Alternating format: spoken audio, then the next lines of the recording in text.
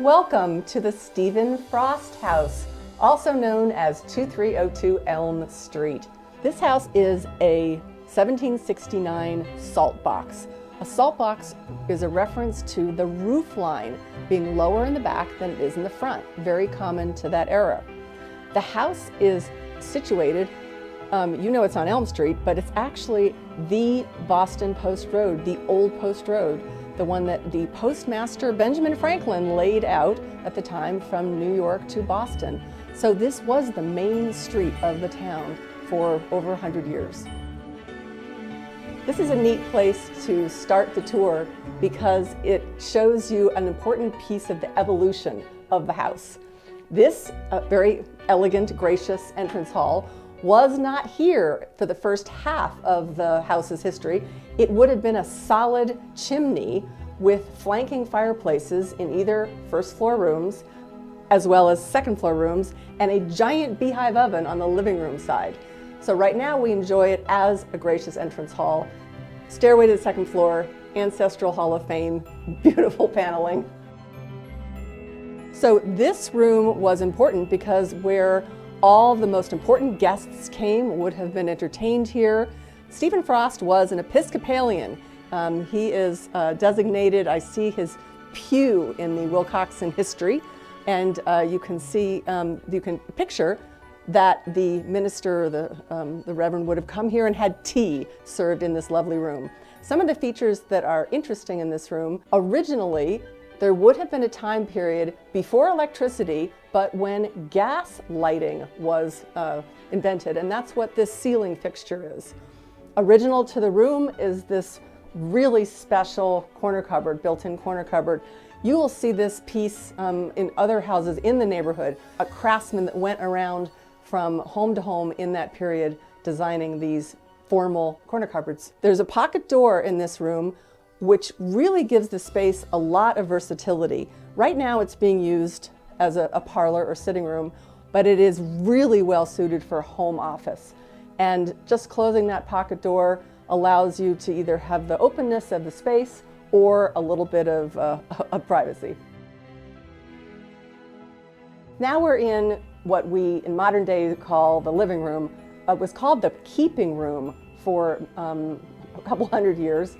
And I really love in this room, first of all, the size and the scale, also that it is sort of delineated into thirds by these giant hand-hewn beams. This first section that we're in now, we use this as a living room, and it's quite well suited for that purpose, just a comfortable place to relax. This center section has its most distinguishing feature is the gas log, and it just creates such a cozy wintertime gathering place that is very welcoming. And on the other side of this little area here, this has really worked well, this little nook, as it can be a homework table, can be a game table with some nice built-ins to support the use of space. The last third of the room is an open space. It's an entry to so many areas of the house: the kitchen, the living room, the porch, the dining room. So you can use it as a pass-through, but it also functions beautifully as a music room. The piano, being a highlight here, allows you to entertain your guests if you happen to play or supervise your youngsters as they practice. The most noteworthy architectural detail here in this remaining part of the living room is this primitive corner cupboard. This is an original piece, and what is most outstanding about this is it actually has original paint and hinges.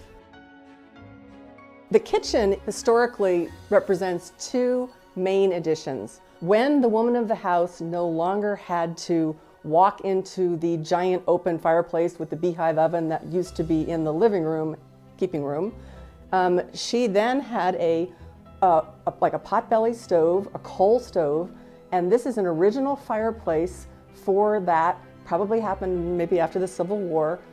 So this little area here where there currently is a wood-burning stove was the original kitchen. Then in the maybe turn of the century, early 1900s, this space was enlarged to its current day dimensions, then again renovated in 2012 to include probably the two best features I think in this room are the built-in hutch with the diamond pane glass that mirrors the diamond panes that were put into the living room, as well as this banquette. And this banquette is so flexible for eating. Obviously, one could seat one or two. You can also get a bunch of little kiddos in there with pizza, and the space is very, very flexible. This bar with the stove top is such a great open kitchen concept. It is very pleasant to be able to be part of who's sitting at the table, who's sitting in front of the wood-burning stove, looking out the big windows, feeling that this space is completely open and yet has all the modern touches in an easy workspace. The wood-burning stove in the kitchen is the favorite for so many people that walk through these doors of the cooler months. This stove, when you put a few logs in there, it creates a warmth and a welcome that really nothing else can. Sitting here in front of this, having a cup of tea, having a cup of coffee, having a glass of wine, entertaining, it's such a cozy place. This screen porch has got to be the favorite room of both the occupants of this house as well as all guests that come in. It may not look like much now because that vine has not yet put out its leaves and its flowers, but that entire area will turn into this leafy bower with dappled sunlight coming through that keeps the room cool. The screen's obviously bug-free. The room is a great size also. There's plenty of space for dining for six as well as comfortable seating.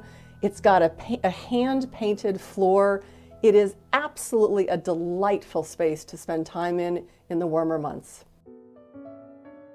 If you've never had a formal dining room before, you may not have experienced the joy of bringing together multiple people in a gracious and welcoming room that everyone can be together. You could even call it Norman Rockwell-ish.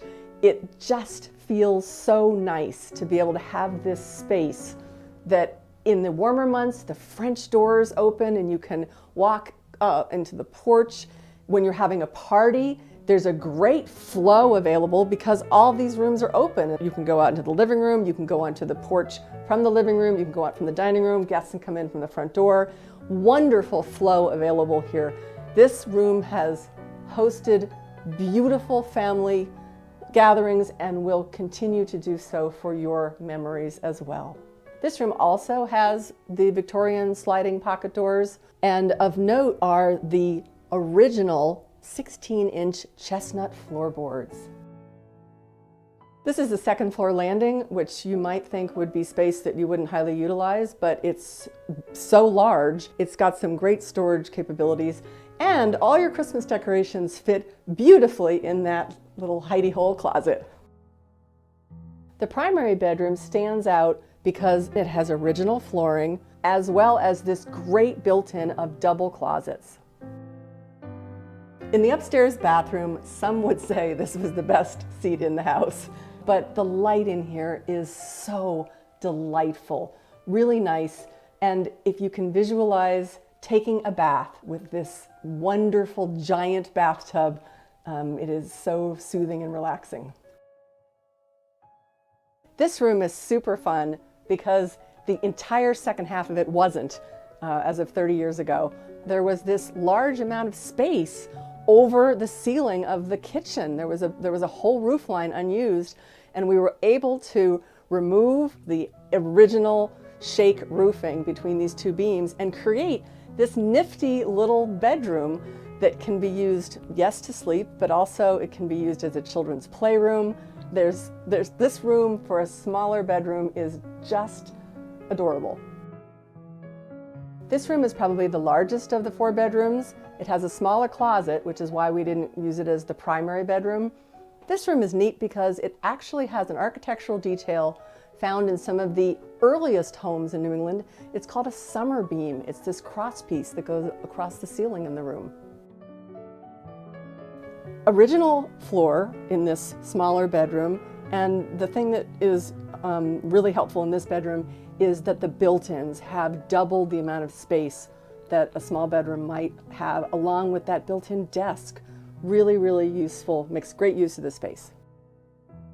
The attic is a very usable space. It's been wired for heat, electricity. The steam system, furnace of the house also goes up there.